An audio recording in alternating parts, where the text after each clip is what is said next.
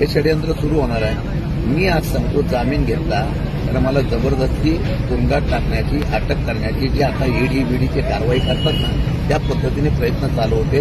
त्याला उद्देश एवढाच होता की लोकसभेला हा माणूस बाहेर राहू नये, कारण मी एक प्रचारक नाही आणि मी महाविकास आघाडीचा कट्टर अशा प्रकारचा एक प्रचारक होऊ शकतो आणि या जिल्ह्यामध्ये नेते गेले तर शशिकांत शिंदे ही जनता आपल्याकडे वळू शकतो। ही ताकद ओळखूनच मला अगोदरपासून त्यातून अडकवण्याचा प्रयत्न करतो। मी शपथ घेऊन सांगतो जर का त्या केसमध्ये सुद्धा तथ्य असेल, मी जामीन घेतलेल्या केसमध्ये जर तुम्ही कोट्या एकरमध्ये कोटी कलम लावून नॉन बेलेबल करत असाल, हा विषय आज नाही आहे, त्याच्या सविस्तर बोलेल, तुम्ही जगणारा नाही।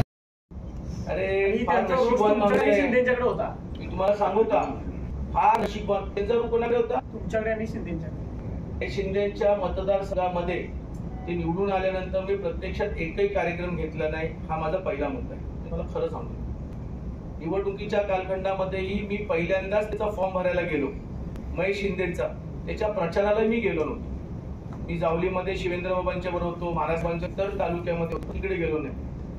माणसाने कधी कधी वयाप्रमाणे वागलं पाहिजे हे त्यांना कळलं पाहिजे। राहिला विषय तुरुंगात ना, टेन्शन घेऊ नका, योग्य वेळेला योग्य कारवाई होणारच आहे, होण्यासाठी काय सुटत नसते। काय केलं नसेल घाबरायची गरज आहे, आणि जर काय तर सामोरं जायची तयारी करा।